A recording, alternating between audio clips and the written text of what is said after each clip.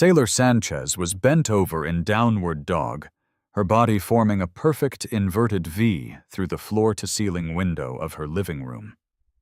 I'd been watching from my balcony for maybe 5 minutes.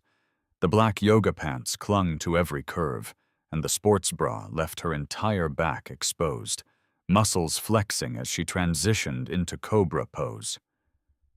I should have looked away. Went back to my laptop and the suspension telemetry I was supposed to be analyzing. But she moved with the kind of precision I recognized from racing. Controlled, deliberate, every motion serving a purpose. She arched her back deeper, stretching in a way that made my mouth go dry. Then she turned her head, made direct eye contact through the glass separating our balconies. Fuck. I froze. She held my gaze for 3 seconds, 4, then straightened and walked directly to her sliding door. Opened it. The evening air carried jasmine scent and the sound of her breathing, slightly elevated, controlled. "How long are you going to just watch?" she called across the narrow gap between our apartments. Heat climbed my neck. I was checking the weather and— "Stop!" She beckoned me over with one hand. "Get over here, now. I need your eyes on something, and I need them right now." The urgency in her voice cut through my embarrassment. I crossed the space between our balconies in 3 steps, vaulting the low divider that separated our units. She grabbed my wrist the moment I landed, pulled me inside her apartment, and slid the door shut behind us with enough force that the lock clicked. "My ex-husband installed surveillance cameras," she said, voice low and tight. "I found 3 of them 2 days ago. But I think there are more, and if I don't find every single one before tomorrow's emergency custody hearing, the judge will think I'm paranoid and unstable." The yoga outfit suddenly made complete sense. She'd been testing camera angles, seeing what could be captured, where the blind spots were. "Show me what you found," I said. She pulled her laptop off the coffee table, hands shaking slightly as she opened a folder.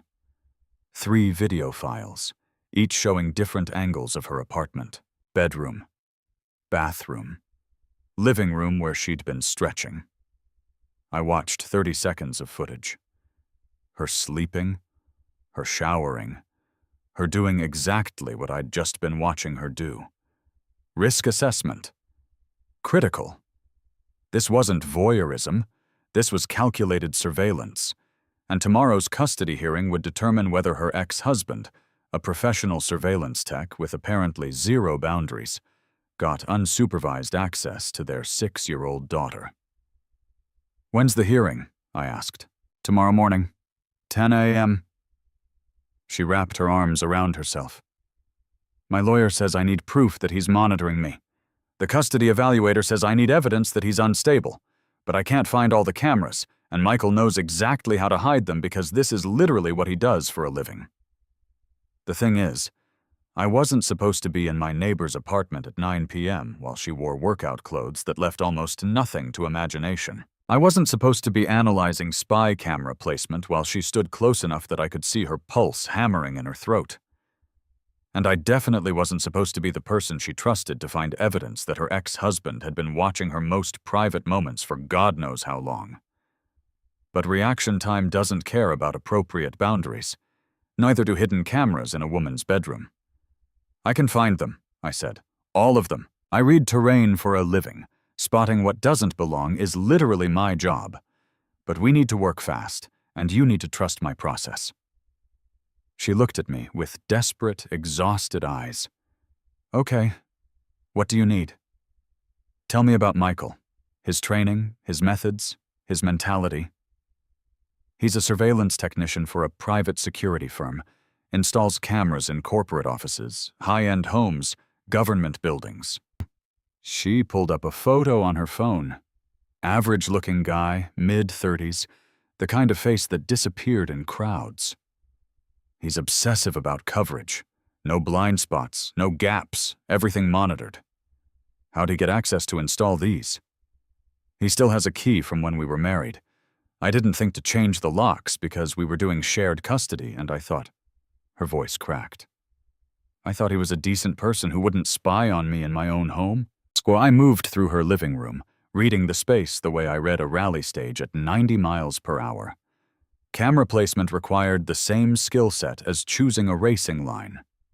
Optimal angle, minimal obstruction, maximum coverage of high-value targets. You found 3: bedroom, bathroom, living room. I pointed at each location without looking. But there's a blind spot in your kitchen, and another in the hallway leading to your daughter's room. If Michael's as obsessive as you say, he wouldn't leave those uncovered. Sailor's face went pale. Her room? He's watching Aria's room? Let's find out. I started in the kitchen. Surveillance cameras needed power and sight lines. Michael would have prioritized devices that looked like they belonged: smoke detectors, outlets, decorative objects that were common enough to be invisible. The smoke detector above the sink sat 6 inches lower than standard mounting height. That's camera 4, I said, pointing. How can you tell? Mounting position is wrong. Smoke detectors go ceiling center for optimal smoke detection. This one's on the wall, angled to capture the sink, stove, and kitchen table. I pulled out my phone's flashlight and shone it at the detector's face. Tiny lens reflection. Plus, it's got a camera lens. Sailor moved beside me, close enough that I felt her body heat radiating through the sports bra. Oh my God. He's been watching me cook, eat breakfast, have coffee with Aria. We'll document everything. Preserve the evidence. Make sure your lawyer has an airtight case. I kept my voice clinical, controlled. But first we find them all. We moved to the hallway. I scanned for anomalies, objects that seemed slightly off, angles that didn't make sense, devices positioned for coverage instead of function. The outlet near Aria's door looked newer than the others. Paint around the edges was slightly cleaner. Screws had fresh marks from recent installation. I knelt, examined it closer. This outlet has a lens. Camera 5. He's been watching her room. Sailor's hands clenched. He's been watching our daughter sleep, which is going to end his custody case before it starts. I photographed the outlet from multiple angles. Judges don't look kindly on parents who surveil their children's bedrooms. We found camera 6 inside the smoke detector directly above Aria's bed. Camera 7 inside a decorative nightlight that faced the hallway bathroom. Camera 8 hidden in the living room bookshelf, angled to capture the couch and TV area. Each discovery made Sailor more tense. By camera 9, hidden inside a wall clock in her bedroom, she was shaking. How many more? She asked. Depends on how thorough Michael wanted to be. I pulled up the mental map I'd been building. You've got blind spots in your entry closet, near the balcony door, and in the corner of your bedroom that the main camera doesn't cover. The closet is where I keep legal documents. The balcony is where I make phone calls when Aria's asleep. And that bedroom corner is where I get dressed every morning. Then that's where he put cameras. We found camera 10 inside a coat hook that faced the closet. Tiny lens, perfect angle to capture anyone opening the safe where Sailor stored custody paperwork and financial records. He's been watching me prepare for the hearing, she said quietly. Seeing what evidence I have, what my lawyer's strategy is. He's been adapting his approach based on my prep work. Which proves premeditation. Calculated harassment. Your lawyer is going to love this. Camera 11 was embedded in the balcony door's weather stripping. Camera 12 hid inside a decorative picture frame in the bedroom corner. 12 cameras total. Complete coverage of every room except Aria's closet and the guest bathroom. Is that all of them? Sailor asked. I studied the apartment's layout one more time. Checked angles, coverage overlap, potential blind spots. Probably, but there's one way to be sure. How? We check the network traffic. If Michael's watching these feeds remotely, they're transmitting data. Your router logs will show active devices. She pulled up her router admin panel. 14 connected devices: her laptop, phone, tablet, smart TV, Alexa, thermostat, and 8 others labeled IP camera 01 through IP camera 08. He's only transmitting 8 feeds, I said, which means 4 of the cameras are recording locally to hidden SD cards that he's physically retrieving. How often would he need to retrieve them? Depends on storage capacity. Maybe once a week? I looked at her. When does he normally pick up Aria for custody visits? Every Wednesday after school. He has her for 2 hours, supervised at a family center. Her eyes widened. He's been coming into my apartment during those Wednesday visits. And swapping out SD cards while you're gone. I made notes on my phone. That's breaking and entering on top of the surveillance charges. By midnight, we'd documented all 12 cameras with photographs, network logs, and coverage maps showing Michael's systematic invasion of every private space in Sailor's home. Will this be enough for the hearing? She asked. For an emergency custody modification? Absolutely. For criminal charges? I looked at the evidence we'd compiled. Your ex-husband is facing serious jail time. Sailor sagged against the wall, adrenaline crash hitting hard. Thank you. I've been going crazy for weeks thinking I was imagining things, feeling watched but not finding proof, wondering if I was paranoid like Michael kept saying. You weren't paranoid. You were right. I started cataloging the cameras we'd removed, preserving chain of custody for evidence. Your instincts knew something was wrong. You just needed help proving it. She reached out, touched my arm. Her hand was warm, steady now that the immediate crisis had passed. Why are you helping me? We've lived next door to each other for 6 months and barely talked. Because I've got a little sister who went through something similar. Her ex-boyfriend put a tracker on her car, monitoring app on her phone, the whole surveillance package. I met Sailor's eyes. She didn't find out until he showed up at places she'd never told him about. By then, the damage was done. What happened to him? Restraining order, stalking charges, 3 years probation.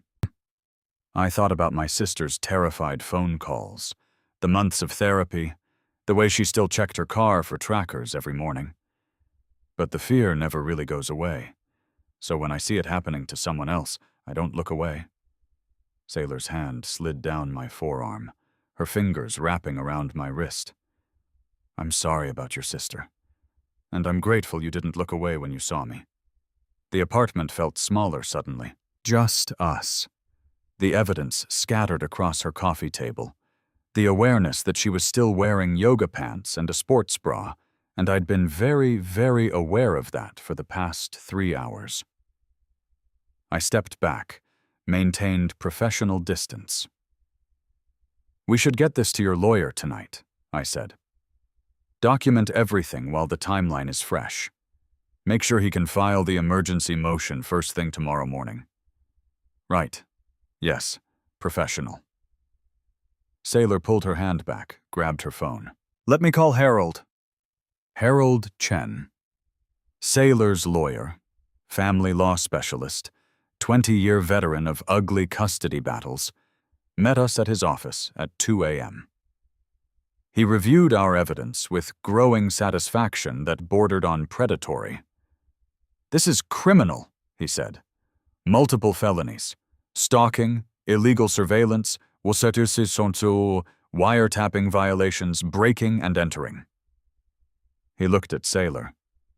Your ex-husband just handed me everything I need to bury him. What about the custody hearing tomorrow? She asked. I'll file an emergency motion at 7 a.m. when the clerk's office opens. Judge Morrison will see this evidence and issue a temporary protection order before the scheduled hearing even begins. Chen smiled like a shark. Michael won't know what hit him. And Aria? Full custody to you, supervised visitation only for Michael pending criminal investigation. Possibly no visitation at all depending on what the judge thinks about him surveilling her bedroom. Chen started drafting the motion. You're going to walk out of that courtroom tomorrow with everything you wanted. Sailor's relief was visible, shoulders dropping, breath evening out, color returning to her face. There's one more thing, I said.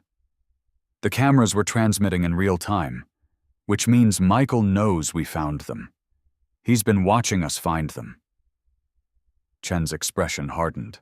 You think he'll retaliate before the hearing? I think he's a surveillance tech who just watched his monitoring system get dismantled. Predators don't react well to losing control. I looked at Sailor. You shouldn't go home tonight, not until the protection order is in place. I have a hotel room on retainer for situations exactly like this, Chen said. Firm policy for clients with active stalking concerns. Sailor, take it. Stay there until after the hearing.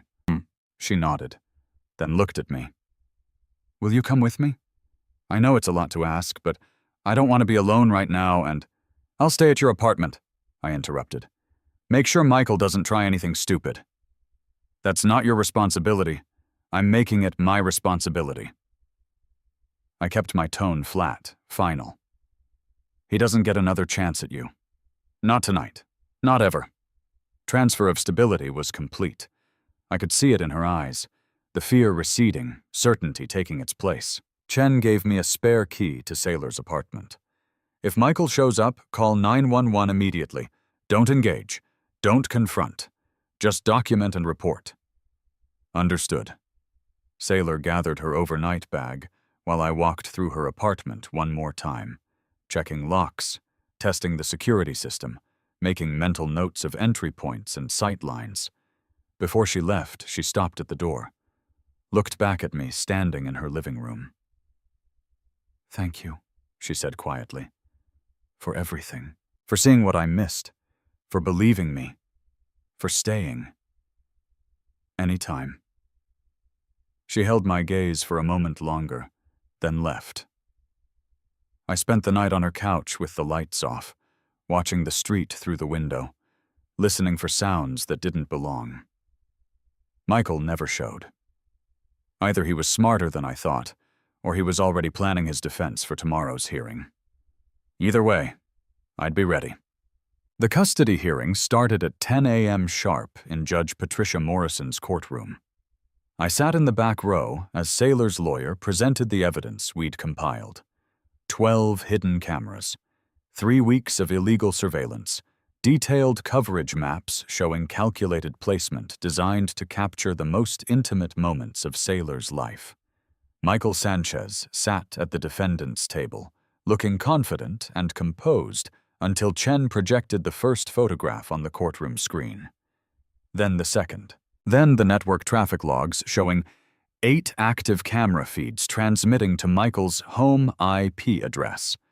By the time Chen displayed the footage of Michael's own laptop showing the live camera feeds, time-stamped screenshots from his home security system, the man's lawyer was whispering urgently in his ear.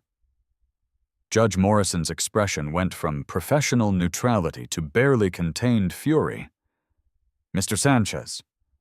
Her voice could have cut steel.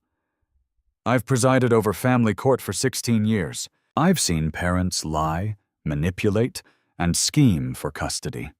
But I have never seen someone install 12 surveillance cameras in their ex-spouse's home, including their child's bedroom, and then watch the feeds in real time while claiming to be concerned about co-parenting. Michael stood. Your Honor, I was legitimately concerned for my daughter's safety. Ms. Sanchez has been erratic, unstable. Unstable? Morrison gestured at the evidence. You watched her sleep. You watched her shower. You watched her do yoga in her own living room. You monitored her legal document preparation and adapted your custody strategy accordingly. She leaned forward. This isn't co-parenting concern, Mr. Sanchez. This is obsessive stalking behavior. I have every right to ensure my daughter is being properly cared for. By surveilling her bedroom? Morrison's voice rose. By hiding cameras in her nightlight and smoke detector? By recording her while she slept? Michael's lawyer put a hand on his arm. Your Honor, we'd like to request a brief recess to— Request denied. Morrison looked at the evidence again. Mr. Chen, what are you requesting? Harold Chen stood with the controlled confidence of a lawyer who knew he'd already won. Your Honor, we're requesting emergency full custody modification with supervised visitation only. A 5-year restraining order prohibiting all contact except through legal counsel and immediate referral to the district attorney's office for criminal prosecution. Granted on all counts, Morrison signed the order without hesitation. Mr. Sanchez, effective immediately, you are prohibited from any contact with Ms. Sanchez except through your attorneys. All visitation with your daughter will be supervised by a court-appointed monitor. If you violate this order in any way, you will be arrested and held without bail. She looked at the prosecutor sitting in the gallery.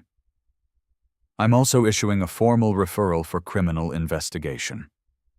The evidence before me suggests multiple felony violations, including stalking, illegal surveillance, wiretapping, and breaking and entering.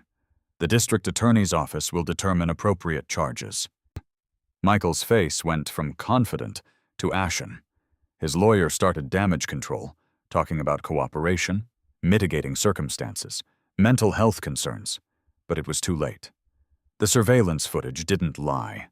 My coverage analysis didn't lie. The cameras hidden in a 6-year-old girl's bedroom didn't lie. Morrison dismissed the court. Saylor walked out with full custody, a protection order, and the knowledge that her ex-husband was facing serious prison time. In the hallway outside the courtroom, she found me waiting near the elevators. You stayed. Wanted to make sure the evidence held up in court. It held up. She smiled. First genuine smile I'd seen from her. Michael's lawyer is already talking about a plea deal. Harold thinks he'll take it to avoid trial. Good. Means you won't have to testify. Relive all of it. Thanks to you. She stepped closer, close enough that I could see the exhaustion in her eyes. I literally could not have done this without your help. You would have found a way. You were already looking, already suspicious. I just helped you see the full picture. Still. She reached out, placed her hand over my heart like she had the night before. Thank you. For believing me. For not thinking I was crazy. For staying up all night to make sure Michael didn't try anything. I covered her hand with mine, felt her pulse through her palm. Anytime? We stood like that in the courthouse hallway, while lawyers and families and court staff moved around us, her hand against my chest, mine covering hers. The moment stretching like a perfectly executed racing line, optimal trajectory, maximum contact, complete commitment. I stepped back before the moment could shift into something more. Not yet, I said quietly. Not until the protection order is enforced. Not until your daughter knows she's safe. Not until you've had time to process everything that just happened. Saylor nodded, pulling her hand back. You're right. Too much adrenaline. Too much chaos. But, I added, when things settle and you're ready, I'd like to take you to dinner. Somewhere without surveillance cameras. She almost laughed. I'd like that, a lot. Her phone buzzed. She checked it, then smiled. My sister just dropped Arya off at home. She wants to know if the nice man who found the mean cameras can come for pizza tonight. Your daughter knows about the cameras? Age-appropriate version. I told her some broken toys were making Mommy nervous, and our nice neighbor helped find them so we could throw them away. And now she wants to thank me with pizza. She's 6. Pizza is the highest form of gratitude. Saylor looked at me. But you don't have to. I'll be there. What time? 6? Perfect. 4 days later, I was sketching suspension geometry for the next prototype build on my balcony when Saylor appeared through her sliding door. Stalking me now? I asked without looking up. Neighbor privileges. She leaned against the balcony divider between our units. Besides, I wanted to tell you that Harold called. Michael took a plea deal. I set down my sketch pad. What's the sentence? 2 years in prison, followed by 5 years probation with mandatory GPS monitoring, permanent restraining order, and lifetime prohibition from owning or operating surveillance equipment. She smiled. Plus, he has to register as a stalker in California's database. Good. He earned every year of it. The prosecutor said your coverage analysis was key evidence, proved the surveillance was systematic and calculated, not just paranoid behavior from a concerned parent. She paused. They want to know if you'd consult on 3 similar cases. Apparently, spousal surveillance is a growing problem, and they need experts who can identify hidden cameras. I test rally cars for a living. Finding cameras was a one-time thing. Except you were really good at it. And the skill set transfers, reading environments, spotting anomalies, understanding optimal coverage angles. She tilted her head. Plus, you'd be helping people who are going through what I went through, what your sister went through. I considered it. The racing season was winding down. Winter meant fewer test days, more time analyzing data and planning next year's builds. How much time commitment? Harold says maybe 10 hours per case. Review the space, identify likely camera locations, document everything for evidence. You wouldn't have to testify unless they go to trial. Tell him I'll do it. Pro bono for now. See if it's actually helpful before we talk about compensation. Sailor's smile widened. Thank you. You're going to save a lot of people. Or I'm going to spend my winter crawling around strangers' apartments looking for spy cameras. One of those. She laughed. Actually laughed. Either way. Now come on. We're going to be late. Late for what? Aria's school thing. She's doing a presentation about community helpers who make us safe. And she specifically requested that you attend because apparently finding cameras makes you a hero. I'm not a hero. Tell that to my 6-year-old. Come on, we've got 20 minutes. I grabbed my jacket and followed her to her car. Aria was already buckled in the back seat, clutching a poster board covered in crayon drawings of security cameras with big red X's through them. Logan, she waved enthusiastically. You're sitting in front so you can see my presentation better. I slid into the passenger seat while Sailor drove. Aria talked the entire way to school, explaining her project in exhaustive 6-year-old detail. Apparently, I was being featured alongside firefighters, police officers, and her teacher who helped her learn to read. You found the mean cameras that were watching Mommy, Aria said seriously. That makes you a community helper. I just helped your mom figure out where they were. That's what helpers do. They help. Aria's logic was airtight. The school presentation went better than expected. Aria stood in front of her first-grade class and explained, with alarming accuracy, that sometimes bad people put cameras in houses to watch people without permission, and community helpers like Logan could find them and make everyone safe again. The teacher looked mildly concerned. The other parents looked confused. Sailor looked mortified. But Aria beamed with pride, and that's what mattered. Afterward, we went for ice cream. Aria got chocolate with sprinkles. Sailor got vanilla. I got coffee. So, Sailor said, as we sat outside the shop, watching Aria chase pigeons. The dust has officially settled. Michael's in prison. Aria's adjusting well. The protection order is ironclad. And I'm very sure this isn't just crisis bonding or adrenaline. I set down my ice cream. Dinner? Dinner. But I should warn you, I'm a terrible cook. I'm paranoid about restaurant security cameras now. And I come with a very opinionated 6-year-old who will ask you approximately 800 questions about racing cars. I drive vehicles that could kill me at 100 miles per hour. I think I can handle it. Okay then. She held out her hand across the table. Friday at 7? I took her hand. Right there in public, in full view of other families and her daughter and anyone who cared to look. I'll be there. Arya ran back to the table. Are you holding hands? Does that mean Logan is your boyfriend now? Sailor looked at me. I looked at her. We both looked at Arya. Working on it, I said. Cool. Can you teach me to drive race cars when I'm bigger?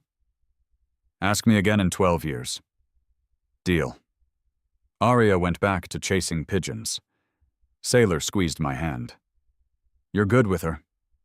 She's easy. Honest questions, straightforward logic, no hidden agendas. Unlike most adults. Exactly. I laced my fingers through hers. My grandfather was a rally driver before I was born. Taught my dad, who taught me. He said racing runs on 3 rules. Read the terrain, trust your reflexes, commit to the line. Everything else is noise. And what line are you committing to here? I looked at our joined hands, at Arya playing in the distance, safe and happy, and completely unaware that she'd been under surveillance for weeks. At Sailor, watching me with cautious hope. The one that leads to Friday dinner, and probably Saturday breakfast. And definitely a lot more questions from a 6-year-old about vehicle dynamics. I can work with that, and Friday came. I picked Sailor up at 7, wearing clean jeans and a button-down shirt that wasn't covered in motor oil. She wore a blue dress that made her eyes look impossible. Arya answered the door. You look fancy. Are you taking Mommy somewhere nice? The Italian place downtown. The one without any security cameras. How do you know it doesn't have cameras? I called ahead and asked. Arya considered this. Good plan. Have fun. I'm staying with Aunt Rachel and we're watching movies. And Sailor kissed her daughter goodbye. And we headed to dinner. The restaurant was perfect. Corner table, candlelight, no cameras anywhere. We talked about everything except custody battles and surveillance equipment. She told me about her work as a freelance graphic designer.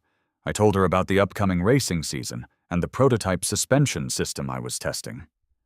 So you literally drive off-road at 100 miles an hour and hope nothing breaks? She asked. That's the simplified version. The detailed version involves a lot of math about weight transfer and tire grip and suspension geometry. And you love it. I love it. I leaned back. There's something about reading terrain at speed that requires complete present moment awareness. You can't think about anything except the next 50 feet of track. No past, no future, just right now. Sounds peaceful in a terrifying way. It is. Most peaceful, terrifying thing I've ever done. She smiled. I'm glad you were home that night. Glad you saw me doing yoga. Glad you helped instead of just... She gestured vaguely. Just watched like a creep? I wasn't going to say that, but yes. I almost did just watch. You're distracting. I met her eyes. But then I saw you looking at the camera in your living room. Saw the tension in your shoulders. Recognized the fear even though you were trying to hide it. You saw all that from your balcony? I read terrain for a living. People aren't that different from rally stages. You learn to spot the signs of instability, the places where everything could go wrong, the moments where intervention is critical. I reached across the table, took her hand. You were showing every sign of someone under surveillance. I couldn't unsee it once I noticed. She laced her fingers through mine. Thank you. For noticing. For caring. For not walking away. Anytime. We finished dinner and walked through downtown, hand in hand, talking about everything and nothing. When I drove her home, Arya was already asleep at her aunt's place. We stood outside Sailor's door, her hand in mine, the hallway empty except for us. I should go, I said. You should. But she didn't move. We're taking this slow. Proper foundation. No rushing. Right. Slow. Proper. She stepped closer. Except... I've been thinking about kissing you since the courthouse. Since you covered my hand with yours and promised me any time like it was a blood oath. I pulled her closer. I've been thinking about it since I watched you do yoga in the most distracting yoga pants I've ever seen. So maybe slow can start tomorrow? Maybe it can. I kissed her. Finally. After days of almost moments and professional distance and waiting for the right time, I kissed her like she was the answer to a question I'd been asking my entire life. She kissed me back like she'd been waiting for someone to see past the fear to the strength underneath. When we finally pulled apart, she was smiling. More of that. Frequently. I can arrange that. Good, because I'm planning to be very demanding about it. I test experimental vehicles for a living. Demanding is my baseline. She laughed and kissed me again. Stay? Your daughter's coming home in the morning. I know. Stay anyway. We'll make breakfast. You can answer approximately 800 questions about racing while we eat pancakes. Okay? So I stayed. We made breakfast at 7 a.m. when Arya got dropped off. I answered roughly 800 questions about racing, vehicle dynamics, and whether race cars could fly if they went fast enough. No, but they could get airborne, which was different, and also not recommended. Arya approved of me. Sailor kept stealing glances when she thought I wasn't looking. I felt more settled than I had in years. Later, after Arya went to play in her room, Sailor and I stood in her kitchen drinking coffee. So, she said, you're consulting on surveillance cases now. Does that mean you're sticking around? Yeah, I'm staying local for winter. Racing season doesn't start until spring, and the camera work is actually interesting. I set down my coffee. Plus, there's this woman I've been seeing. She makes really good pancakes. Just the pancakes? Okay, the woman is pretty great too. She moved closer. Just pretty great? Exceptional. Brilliant. Stronger than she knows. I pulled her against me. And she's got this 6-year-old daughter who asks the best questions I've ever heard. Sounds like a package deal. Best package I've ever encountered. I kissed her forehead. My grandfather used to say that the best racing lines are the ones you commit to completely. No second guessing. No half measures. All in or all out. And which line are you committing to here? I looked at Sailor, this woman who'd trusted me to see what she'd missed, who'd survived surveillance and stalking and a custody battle with Grace, who was trying to build a safe life for her daughter while also being brave enough to let someone new in. All in, I said. Completely. No reservations. She smiled and kissed me. Good, because that's the only way I know how to do this. Me too. We stood in her kitchen, holding each other, while Arya sang to herself in the next room. And I realized that sometimes the best lines weren't the fastest or the most dramatic. Sometimes they were just the ones that led you exactly where you needed to be. If you enjoyed this story, please like and subscribe for more workplace drama romances. New stories posted weekly.